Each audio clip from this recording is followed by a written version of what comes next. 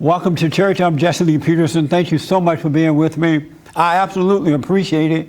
You can get involved by going to our YouTube chat line, and whatever your questions or comments are, I will be able to respond. All right? And I do appreciate it. Good morning to y'all. Hi. How's everybody? Good. Good.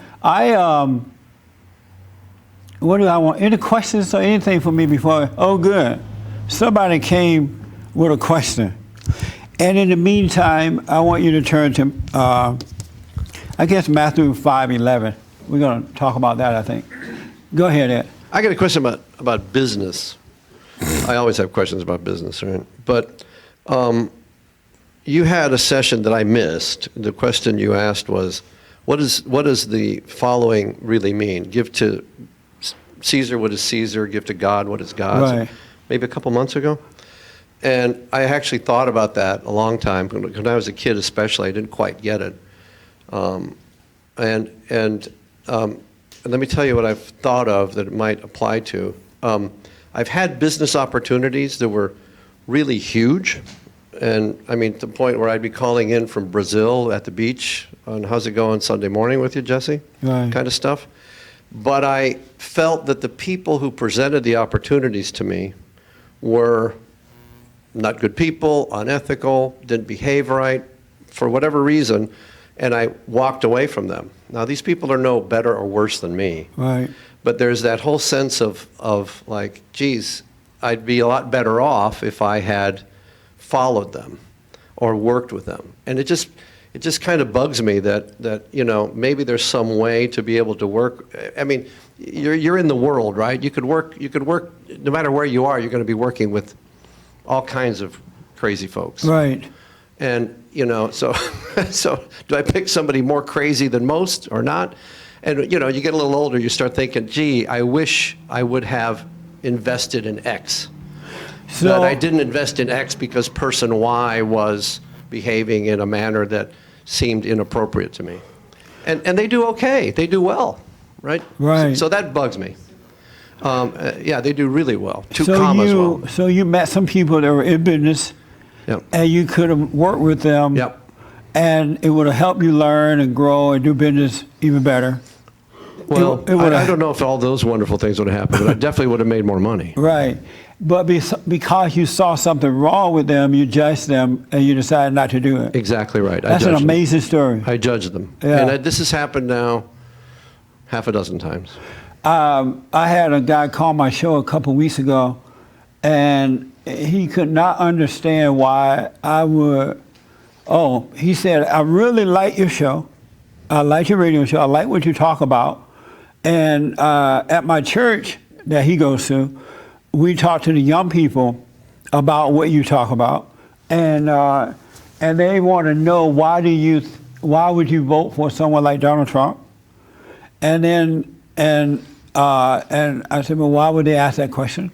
And he said, because Donald Trump apparently you've had wives before, he's done things in his life before, and so they are judging that, what he's done, and as a result, they said, no, they won't vote for him, right?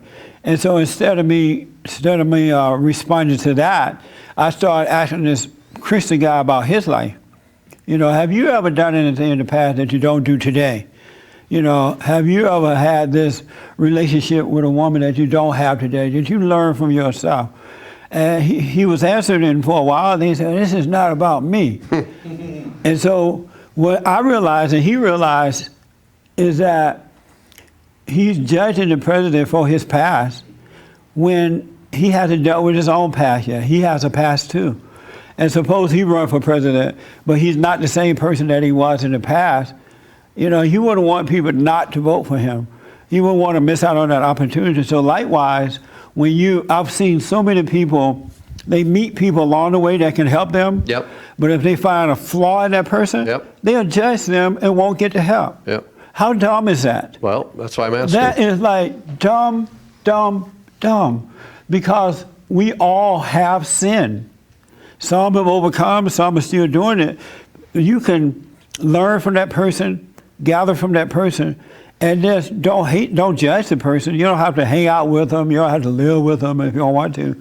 But the moment you judge someone, you're hurting yourself. That is insane to do that, and so many people are doing it. Well, it's also painful when you look back and you go, damn, what could have been? Because you judge them as though even if you were holier than thou, you still can be the light amongst the sinners. So there is that and sense. learn from them. Yeah, there is that sense that I know the right way to work. They aren't working that way. Therefore, they must be. You think you're better. I'm better than them. There's a gospel. There's a parable in the gospel. I don't know it perfectly well. The one where the servant, he has to fire the servant. He can't manage anymore, and the servant quick calls all the people that owe his master money. He goes, quick, knock your bill down by 50% and pay it off. And Jesus tells him, good job, dude. You understand the world. Right? I've thought of that one a lot. Right? And it's like, okay, I guess Jesus was a businessman. But, you're right. It's a judgment thing. Just imagine what would have happened had Jesus not gone amongst the sinners. He went out and he hung out with everybody, and he understood because he could see that it's not them, it's that spirit inside. So he didn't have a personal judgment of the person. And so he was able to help and he was able to learn. He was able to point the right way. It's funny. You know who thought that way? It's my mom. Your mother? Yeah. Yeah. That's it. But it's prevalent, though. Yeah, she was. You could see it in the different religions where the Baptist judges the Catholic.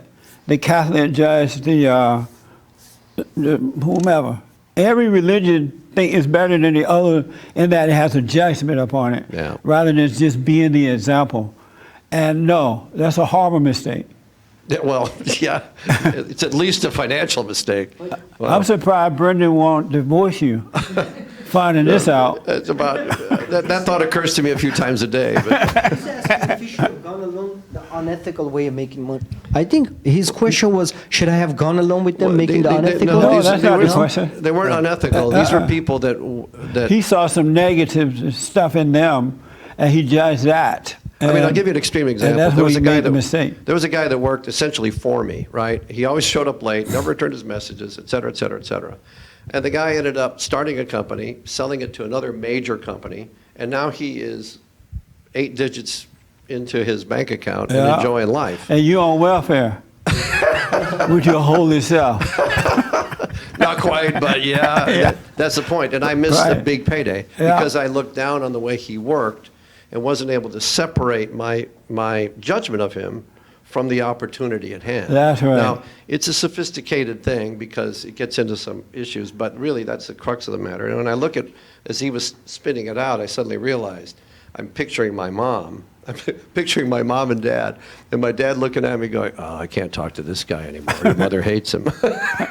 and I could just see my dad smiling about it, and that's the kind of thing that happens. So, Even with my enemies, when they're like trying to deceive me or they're attacking, I listen closely to them without a judgment, and you can see where they're coming from.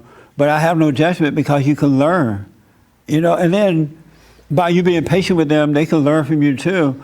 But I'm ready to learn from anyone. So, as a matter of fact, I listen to my enemies closer than I do my friends. Well, yeah. Right. Because the enemy is trying to hurt you most of the time. And so, but you can listen and see, well, that's true what they said. And then you start to overcome it. That one's not so bad with me. It's more like the opportunities that I've missed. Yeah. I do learn from my enemies. In fact, maybe too much because I ought to knock them flat sometimes, but I don't. But I had a guy call me up this week, and he said, oh, I saw you on another show, and I really, really like you, and I like where you're coming from, and I'm a Christian, and I know the Bible. I read the Bible upside down, inside out, and a lot of people read the Bible, but I'm a good Christian. I'm a Christian. And then he asked, he said, well, he's sick. He has some type of something. He didn't tell me what it was.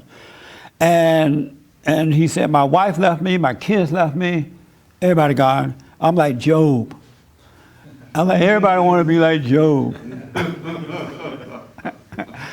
And then he asked, would you pray for me?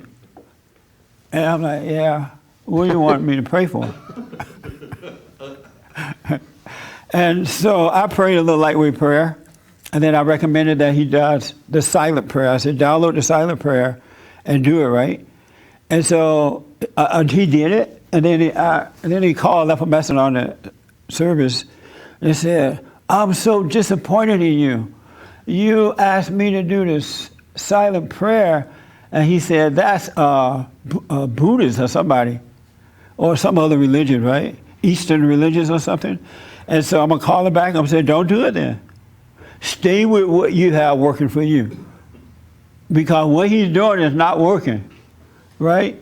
And so he's judged the prayer, and now he's not going to get the help he could be getting, because he has his judgment going. And that's what religion, people into religion and all that kind of stuff, everything is better. They're comparing it with other people. And so someone comes along that can help you, they're not able to help you, because if you don't do it the way they are accustomed to, Right. even though their stuff is not working. So I'm going to tell, and I told him, I said, "Look, you can do the silent prayer. Do your hooping and hollering prayer first. Like, praise the Lord, Jesus, help me, help my mama. Oh, Lord, there you go. Do that first. Then do the silent prayer so it can calm you down. And then you see the right way to go. But he's judged that, and now he's going to lose out. And that's fine with me, too. Is judgment a lack of faith ultimately, or is that part of it? I mean, I feel Well, that, it's a falling away from God so and therefore- living in darkness. Yeah, so therefore, Yeah. And what we don't realize is that there are really two realities. There's a false reality, and then there's a real reality that comes from within. And most people are living from that false reality. They're living an illusion. And they don't know that is an illusion. And you're not going to know it until you wake up.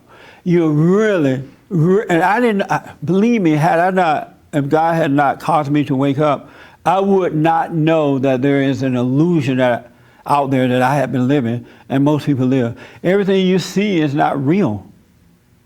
It's an illusion. It's an imitation. That's why it's here today and gone tomorrow. And that's why we should try not to hold on to anything or anyone, because it's going to disappear anyway. But in that fallen state, you don't know that, so you try to live this illusion. I was talking to a friend of mine who is a scientist, and he was telling me all these great things that's happening to him. And even as a kid, he remembered that there was someone who was always with him, and that someone would always protect him. He didn't know if it was an angel from God or, Christ. He didn't know what it was, but he could sense that there was someone with him, protecting him. And to the point when he became an adult, he went off to college. He said someone invited him to a meeting or something, and he said, "Okay, we'll be there." And the person like, "We'll be there? Where's the other person?" But he can sense that. And I think at some point, most people have that. Kids have it. Kids, you can hear little kids talking and playing with someone, but you don't see them. But the kids can see this person or being. But because you're in darkness, you make the kids stop playing with the person, because you say, "Oh, they going crazy," or they this. And so they lose that reality with the spirit. In the Bible, it says that God has assigned, something like this, God has assigned an angel to all of us to protect us and guide us and instruct us. But most people pay no attention to the angel anymore because living in darkness. We are a spirit, and there's another, we are not this. We are literally a spirit living in a spiritual world, and we're supposed to be guided by the Spirit of God, just as we were guided by the spirit of Satan when we were in the fallen state. We're not all the stuff that we think. The stuff we fight over, the stuff we get mad over, the stuff that's so important is nothing. When you wake up, you're going to be surprised that you made all this stupid stuff that important. Families fight it over nothing. Rather than just disagreeing, having an argument, and keep your family ship going. All unimportant stuff is dividing, and it's a shame. But in darkness, we can't help it. So it seems also that when you talk about knowledge and thinking, sometimes it seems that knowledge has a way of perpetuating the illusion. I read something about that. Vast knowledge without inner transformation is an illusion. Well, there you go. It is mere show. Vast knowledge without inner transformation is an illusion. And this scientist was telling me this too just yesterday. He said that he realized that God worked with the uneducated person easier than he can with the person with education. Because the uneducated person is not blocked by all the knowledge of, don't have all that ego, because, education builds up your ego if you don't deal with it properly. Sure it does. And You're smart so now. you don't get the wisdom, the revelation of the word, the written word, or any other word, because the knowledge is in the way. Okay, got it. And everybody and their mama quote the Bible until the cows come home. They go to college and they get a PhD and a MAD and a YAD and all kind of Ds. They come out nutty. It's the people with the degrees that are destroying the country. They're not running the country with common sense. They're running the country with intellectual knowledge, and it's just, they don't have that inner transformation. And that's where the problem is. And they look down on the people with the inner transformation. They look down on you because they're so puffed up with their knowledge. I hear them say that about the president sometimes. Oh, he is a dummy. Listen how he speak. Listen how he act, because it's not all uppity and acting like they're acting. That's how your friends are going to do you when you wake up. Yes, ma'am. Did that answer your question there? I know what you went through, and you just have to let it, as Francisco would say, is a bought lesson. Yeah.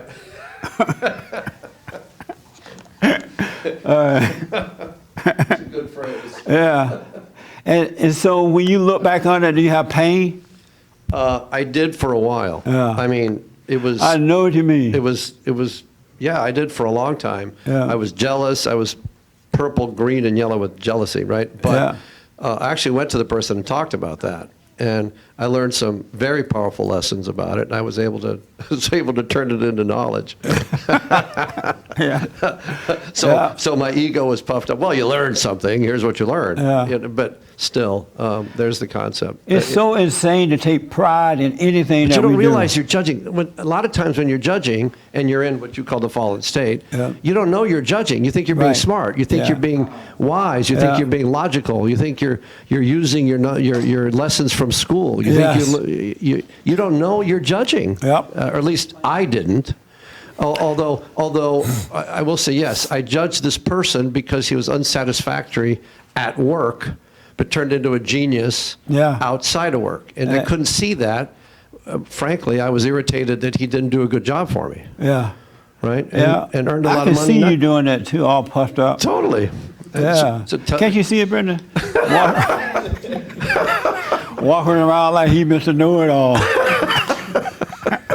with the suit. I got to get a new suit now that I lost some money. I'm telling you. Okay. Amazing stuff. It's amazing how what we do in this fallen state, not realizing that all that we do is from God. The little successes that we have, the life that we have, it's all given to us by God. We have nothing to do with it. We literally have nothing to do with it at all. We literally have nothing to do with anything. But if we know how to do it good, take pride in it. Look at me, not giving glory to God for it, being grateful. Let me take here, and then I come. And then over there. Okay, yes. You mentioned that the people, the intellectual people or the political people, kind of say about Donald Trump, like, he's so stupid, or like, why are they so, what makes them so linked with him? I mean, it's like, so that's how why does that bother them so much? Because when you have that much knowledge, it puffs you up, and you feel like the great one, you feel like you're better, you feel like you're smarter, you can read better, you can do better, and Trump, he doesn't act that way. And so the fact that he is not like that, and everything he does is working, and they hate him, they're just bringing out the worst in them. They're making that ego is making them judge him even more so. So the hate is linking them into him in a negative, the hate that they have is kind of linking them into him in a negative way. Yes. Because they just like, everything's like, well. And they can't help it though, because You know, oh, that's a good point. Evil is subject to good when you love what's right and do the right thing. But if you don't, then you're subject to evil. So that's what's going on. It's a spiritual battle going on. It's a thing happening. And that's why I want you to wake up so you could see what's going on. That's why when people make fun of me, you know, like, oh, you can't read. You know, I already know that. Tell me something I don't know, right? Sometimes James give me stuff, my producer for the radio show, he'll give me stuff early in the morning, and like, I'm going to be able to read it on the radio. I'm like, James, you know better than this. You're going to have to come in and read it. He had to give it to me the night before so I could go over and be prepared, right? And, but I'm okay with that. I have no problem with it at all. I don't care what anyone think about it. Now, I think you should. Now, I can read, but I just can't read right away, you know. But I'm okay with that. And I don't care that people don't know, you know, I like people who read well and speak well and sound good when I hear it. But it's not going to stop my life because I'm guided by a different source. You know what I'm saying? And that's what God wants for us. He wants to guide us. He loves us. He's in us. He's given us angels to watch over us and guide us. He will take care of us. But you got to die from the ego so you can live that way. And it's so nice. It's so perfect and nice. It really is. Let me take here, then there, and then here, and then everywhere else. Yes. So as you were finishing your discussion with Ed, you said something to the effect of, so we have nothing to do with it. Right. It's God's will for us, Yes. basically. So why is it that if we're seeking the right way, does somebody else who really isn't doing that become so hugely successful? And it's like, well, what are we doing wrong, and why would God pick us to have less and have more struggle or trials or whatever, and this other person who's not seeking the right way seems to just get very rewarded? That's a very good question. I've asked the same question before. When I used to be that other kind of Christian, I used to say, you know what? Why the sinner is so wealthy and doing so well, and here I am seeking God, praying and carrying on, and just broke, you know, or can barely make it. What I realized is that, a couple things I realized, that person have put that first. You know, money is like a form of security for them. You know, the Bible says that something like the money is the root of evil or something. And what? The love of money is the root of evil. Well, a lot of people got problems. They may have grown up poor, or they may have grown up next to a neighbor who was rich, and they thought that working hard and making that money was going to make them peaceful, and it's not. And so you're putting the time in seeking the Father and doing the right thing. This person is putting time in making money, but they're still going to end up in a ditch. And then secondly, what I realize is that when I see people doing that, I just wish them well, and I don't ask why anymore, because I got to live my life, and I can't really look at someone else and wonder why they're doing so well and I'm not. Just wish them well, and you stay on your course, and you start seeing how to save your money and invest, and things will start to happen for you. But I would recommend that you never look at your fellow man and ask why not, you know, how come they're doing it? Because we really don't know their heart. We don't know what's going on. Mm-hmm. But I've done that before when I had that other religion. That make sense, Brenda? Yes. Yeah. So just wish them well, and then maybe they'll give you some of the money. You're really doing well. But I have asked the same thing. We should never, ever look at our fellow man and wish we had anything that they have. Just wish them well, because we really don't know where they're coming from. We really, really just don't know. They could be selling drugs. You know what I'm saying? They could be staying up all night and miserable. Just wish them well. It'll work out. Let me take here, and then I saw here, right? So You know, on that last point, that's why one of the commandments, thou shalt not covet the the wife, the neighbor, the donkey, the toy, whatever. You don't covet anything Right. because covetousness leads to jealousy and anger and, and destruction. Yeah. Because, God may have blessed that person for that blessing. And so you're angry at God that's blessed that person. In your time, you should receive your blessings too. And there are people jealous of what you got. Right. So, Yeah, just live life. Life is just living. That's all it is. Knowing that the Father is guiding you. It's like it was when you were a kid and you had parents at home, and you didn't wake up and think about, what am I going to eat today? Where will my food come from? You got up and the food was already there. Somebody prepared the food. Well, as adults, we have to live that way too. We don't think about living. We just get up and live, and He's guiding us. He's really just guiding us. And He's with us. He has someone in charge over us. Brenda, when you were a kid, have you ever thought that somebody was with you while growing up? You ever had that experience? Thought that somebody was with me, like, An unforeseen person.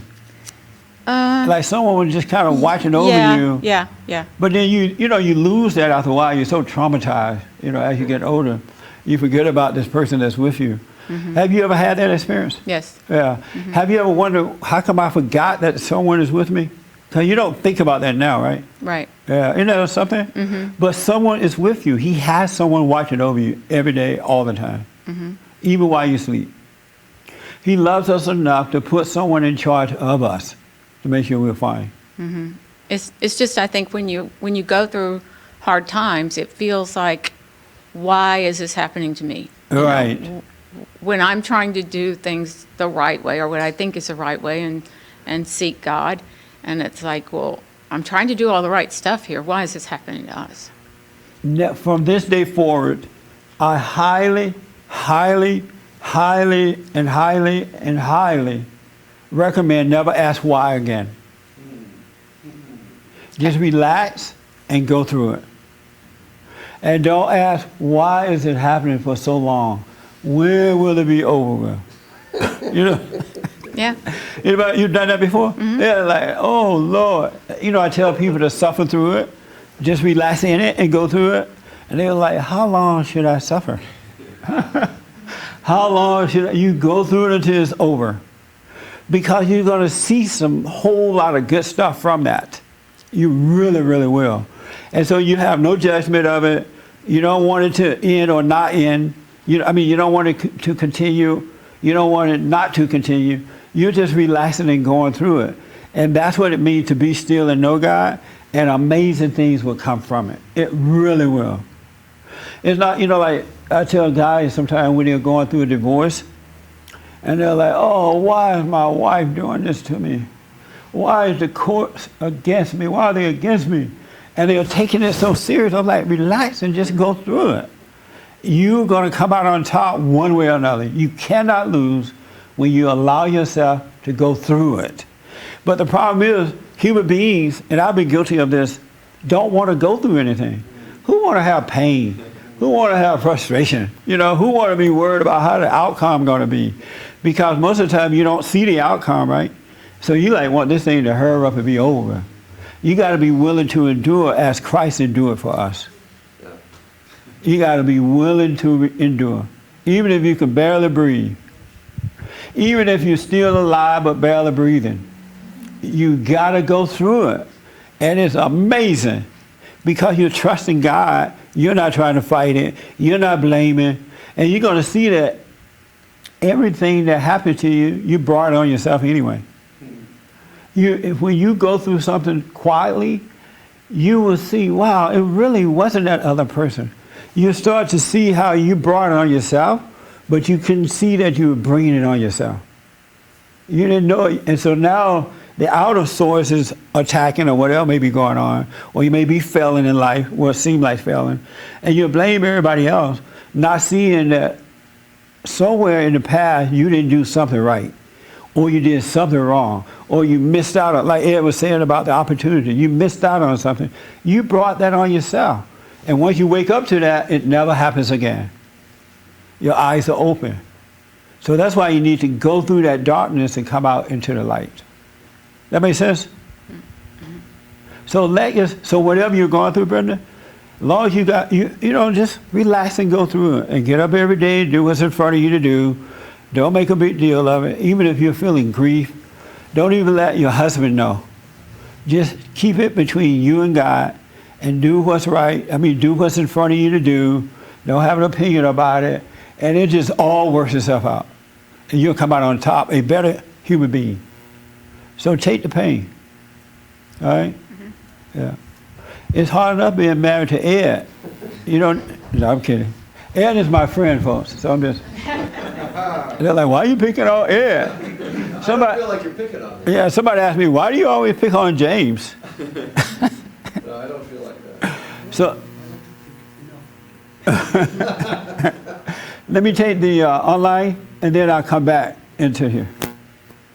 Isn't this fun? There are so many great questions, but let me just ask at least one.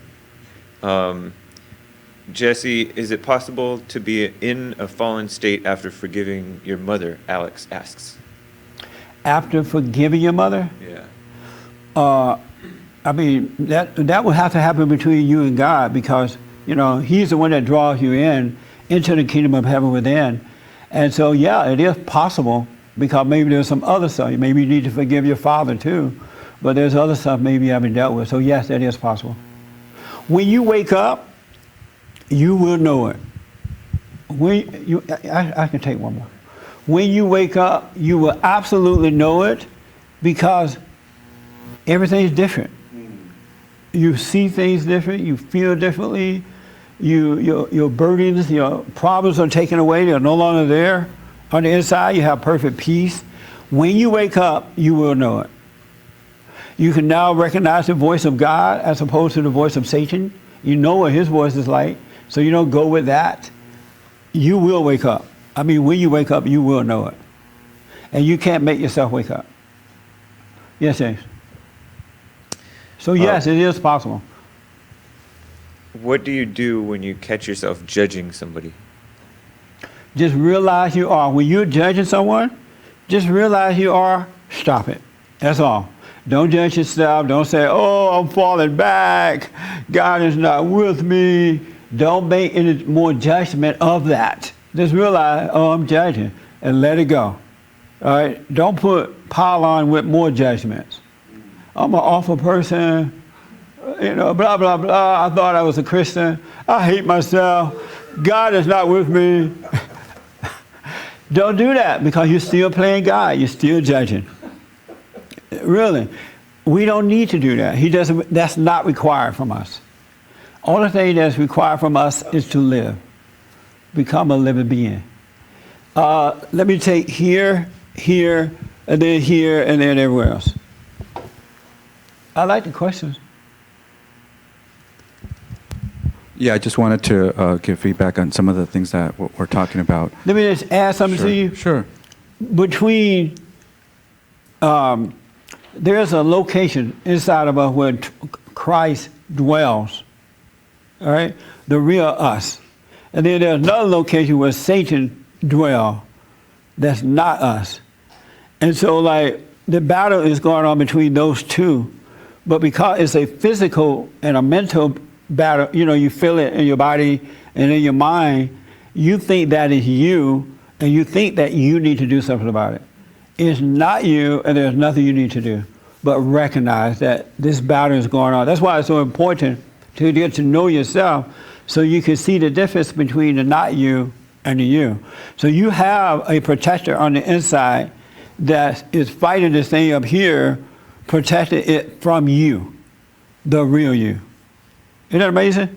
Yes. And there is a real you, but you forgot about the real you because of the traumas, the anger, and all that. I'm sorry, go ahead. No, that's okay. Just to comment and caveat on what you just said, it's the child of Satan within you that has brought all suffering into your life. And that protector that, has always been there and you've always sensed as a kid could also be... well, of course, evil's at work, but it's your judgment of what's happening that brought the suffering. Your decision that this is bad, this is good, this is right, this is wrong. That's what brings on the suffering. Because Right. that's why I say when that battle is happening on the inside, when you have the conflict or you're not making it financially or whatever it might be, if you don't have an opinion about it, you're not making a judgment, then Satan can't bring you to suffering like that. Right. You sort of watch the process and do nothing. And it sort of just, Have no opinion about it. yeah. Yeah. And it sort of disintegrates into nothing. Yes. But also that protector can also be who you really are. The larger, immense being that you really are, the Son of God, has always been there, has always been with us. So that's the real angel. I mean, I suppose people can have also separate angels, but that in itself, to me, is angelic. And in terms of people who are ambitious and conniving and are successful, what profit a man that he win the world but lose his soul? Right. So, Yeah. so I just wanted to comment on some of the topics Okay. that you're talking about. Appreciate it. All right, thank you. Yeah. Yes, Raymond.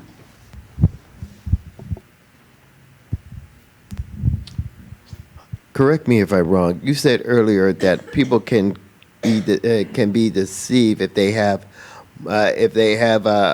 what they consider a high level education. Yes. Yes. So Especially if it's puffed up knowledge. There's a way to receive an education without being puffed up about it, but most teachers don't know how to teach you in that way right now. So what comes down to when our teachers and parents try to educate us to survive in this world, they simply don't know what they're putting their children into. Right. Yeah, they don't realize. Right here.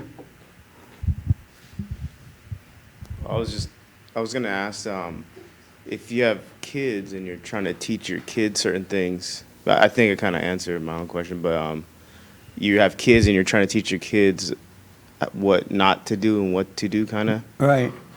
In a way, are you judging? Yes. Yeah. Because unless they've already been traumatized and they can't see now because they're angry, if you become what you want them to learn, they're going to see it in you and they naturally become that. Yeah, that's what I figured. You know, You but don't when need to you say teach anything. them, they fall away from that knowing, that discovery that comes from within, and they start to rely on outer sources, other people, education, and stuff like that, because you've taken them away from the knowing. Kids know what's right, and they discover, they grow. You watch over them to make sure they don't put their hand in the socket, that kind of stuff. But you don't need to teach them. They will discover. When they want to know something, they're going to ask. And then when they ask, you're ready to show it, and they got it. But you're taking away the gift, the teacher that they already have inside of them. Yeah, because I was trying to teach them about money. Right. And it kind of segued into relationships as well. And then I started thinking, maybe I'll just live it, and it'll Yes. spiritually, Just live it.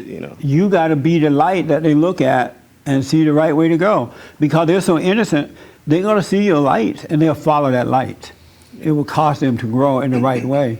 And then when they become adults, they're not so addicted to the needs of the world, needing the world in the way that kids are who have been traumatized. I've seen over the last 27 years, I've seen so many parents who have forced education on their children. They make sure they go to the #1 school growing up and get ready for the #1 university and take the #1 course, become a lawyer, doctor, engineer, whatever, right? Politician. And the kids, they've killed the child's soul.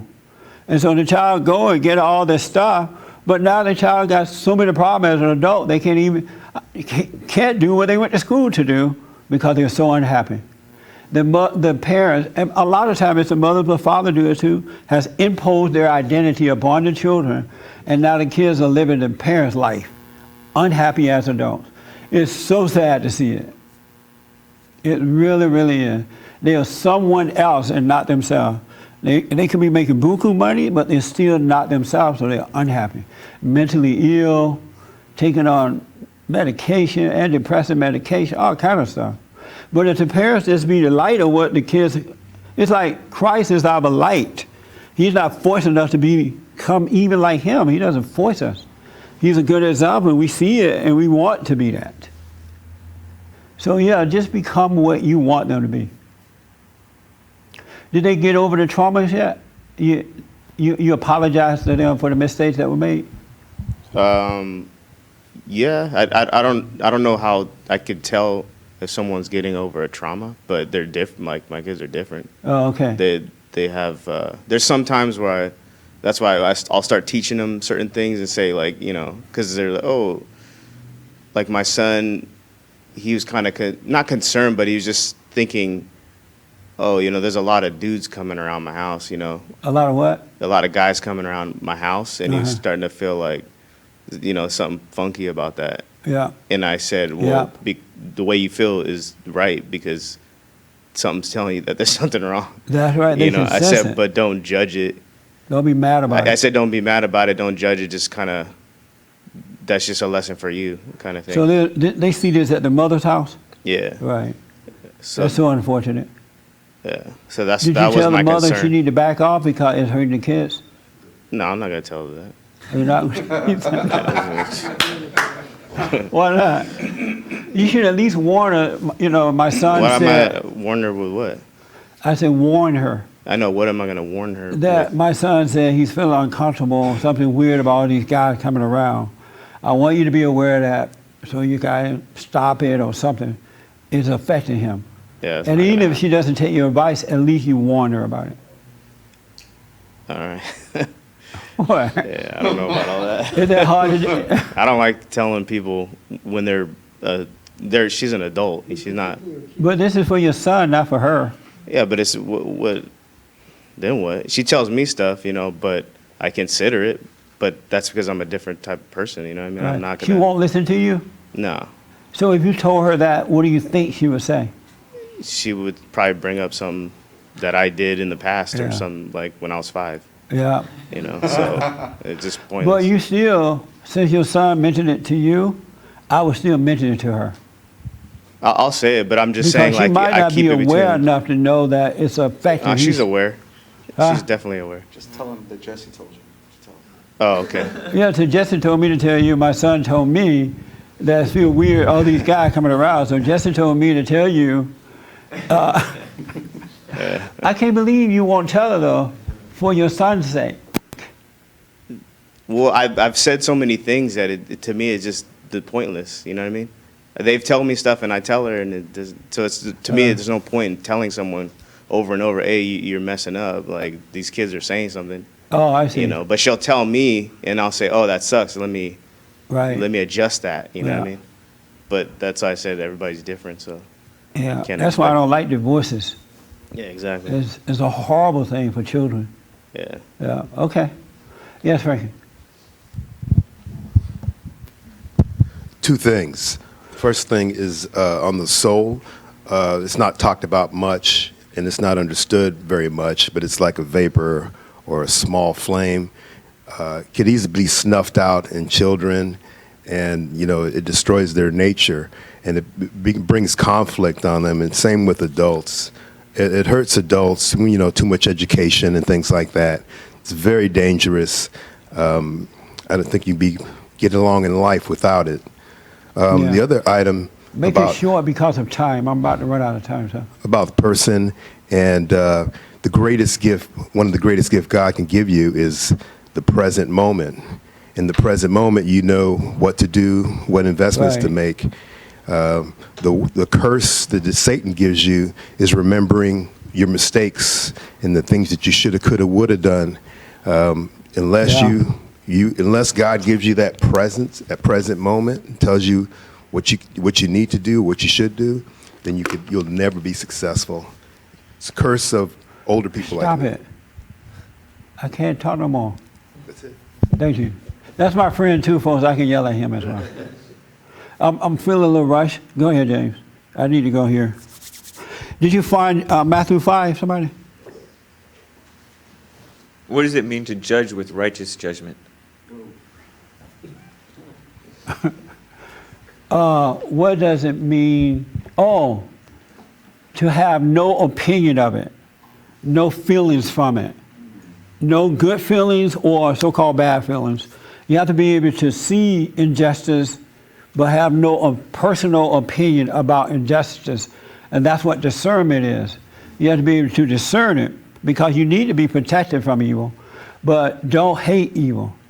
You know, don't judge the person. See that the person is wrong or the situation is wrong, but do not have an opinion about it. That's what righteous judgment is. And you need that in your life, otherwise you'll be overtaken. But the problem is when you get mad about it or you have an opinion about it, then it overtakes you. Anyway, so just don't have an opinion. Believe me, God will let you see it. He wants you to see it. You need to see evil, but just don't hate evil because you're judging the person, you can't see what you're doing, and it ends up messing up your life. All right? That's what it means. One more? Okay. Did I get to everybody out here? All right. Any questions about this? Oh, do you have any questions for me? You don't want to ask the question you wanted to ask me? I'm sorry? You good? All right. I have a witness, 2 witnesses. I gave her a chance to ask me, right? I can't hear you. All right. I got 2 witnesses. Yes.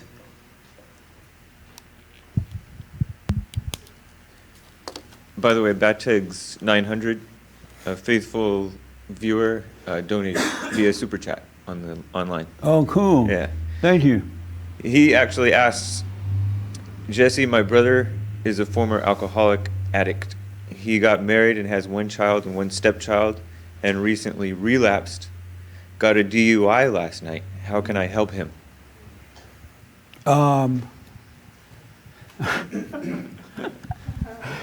That's a good question. You know, first of all, I want to tell you this. You cannot help a person until they're ready to be helped. You know what I'm saying? Even God doesn't help you until you are ready to be helped. Then he'll come and just open your eyes up. So your brother has to be ready to be helped.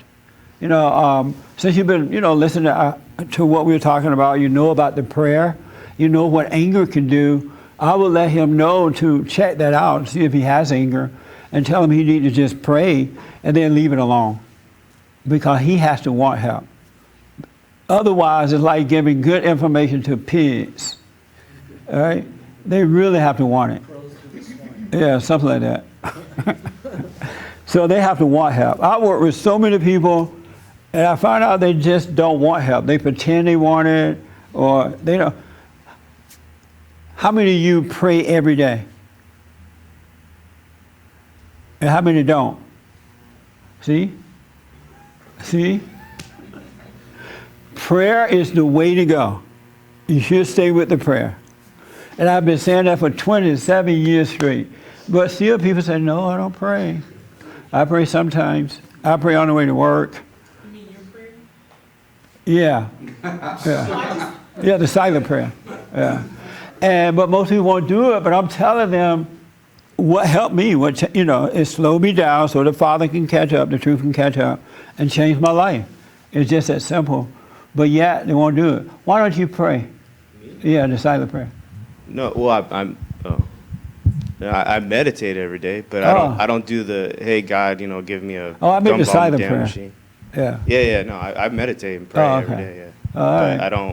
I don't do because there's 2 different types of prayers that I see. Right. One, there's the silent prayer, which is you're just allowing God to, feel you, and then there's the one where someone if a friend says, hey, can you pray for me? There's that prayer, and I don't do that every day. I meditate silent. Yeah, I pray for everybody anyway, simply by just wishing them well. And that's my prayer. And so, because I don't know what else to pray for them, because what they're going through, that might be what they need in order to wake up.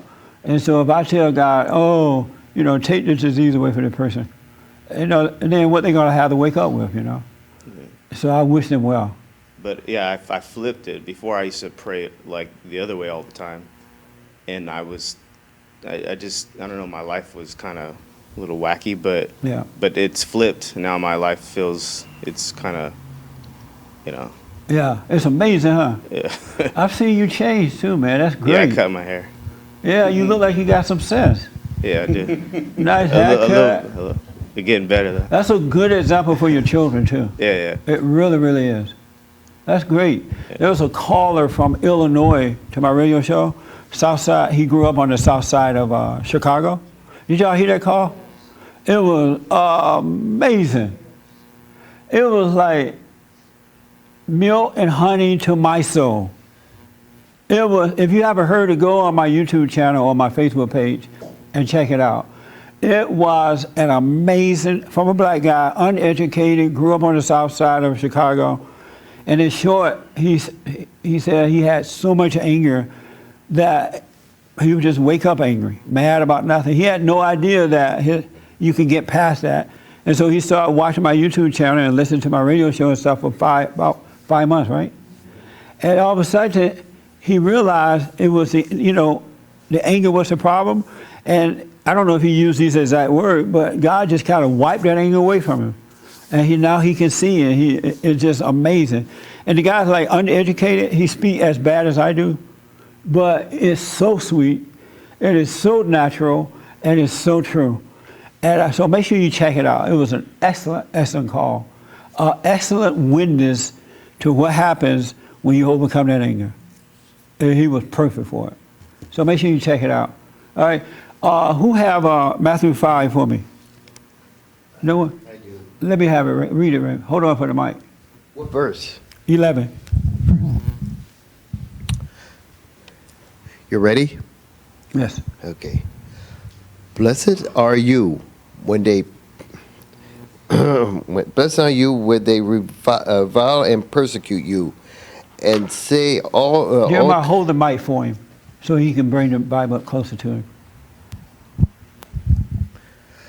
Blessed are you when they revile and persecute you, and say all kinds of evil against you falsely for my sake. Rejoice and be exceedingly glad, for great is your reward in heaven. For as they persecute the prophets who were before you. Shall I go on? No. Okay. Thank you, Raymond. No, I appreciate it, buddy. Do you have it? You have it? Yeah. Read it for me. 5:11, Matthew. Yeah. Blessed are ye when men shall revile you and persecute you, and shall say all manner of evil against you falsely for my sake. And what I want to quickly explain that, because we run out of time, within all of us, I spoke of that space, there's a freedom inside of us, a space, the real us. And so when you're going through things, when people are talking about you, trying to hurt you physically, trying to destroy your life, you need to know that there's like a freedom there from that, the real you, the real self, right? And so when you see this stuff happening to you, you're in that space of forgiveness. And in that space of forgiveness, you could say, you just know unto God, forgive them, they know not what they do. Really. And I'm telling you, it's like a protected space that's inside of us, the true self. And it's protected from your enemies who are trying to destroy you. And it won't affect you at all because you're in that forgiving mode, way of living, because forgiveness is a way of life. It's not something you do today, but then you might be mad tomorrow, then you might have to forgive again. And it's a way of life, right? And when you have that working in you, you're protected from all persecution. When people are saying vile things, when you're trying to do the right thing and they just want to hurt you, and they think that they're hurting you, it's so funny too, because they think they're saying cruel things and they think that they're hurting you, and they're really not at all. You are forgiving them. And that way, isn't that perfect? Because people can be nasty and mean and want to hurt you and want to destroy you. It doesn't matter if it's a family or non-family members. But because of that space inside of us, and we have forgiven, they can't touch you. Forgive them. They know not what they do. You literally see that they don't know what they're doing. They really can't see. And that's what you want to return to. So I want to encourage you to do the prayer, speak up, but don't be angry. And just simply get up every day and live your life. And you're going to see that things will be working out for you. He's had someone working on your behalf. It's going to all be fine. Let seeking the kingdom of God be the most important thing. Really. And everything else will be fine. Stay out of your head. Stay out of the darkness of your imagination. Bring every thought into captivity. Speak up, but don't resent. It's real basic. It's real simple. It really is.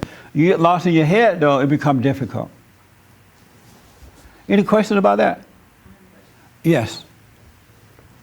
Rather than getting into a lot of detail that's irrelevant, let's just use an example. Okay. If I chose to sit in that chair right there, and my enemy said, Brenda shouldn't sit in that chair, Kathy should sit in that chair.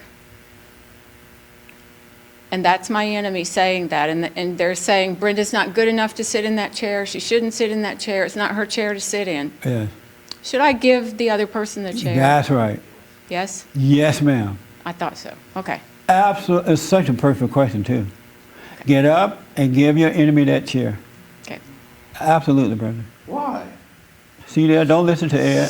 I wouldn't. I'd slug him. I know, that's the problem. I'd go, yeah. Believe me, your reward will be great.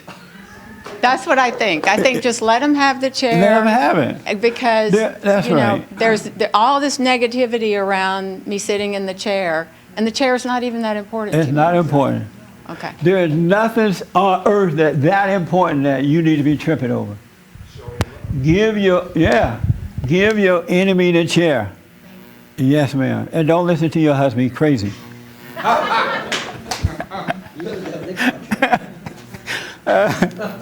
Oh, that's such a perfect example.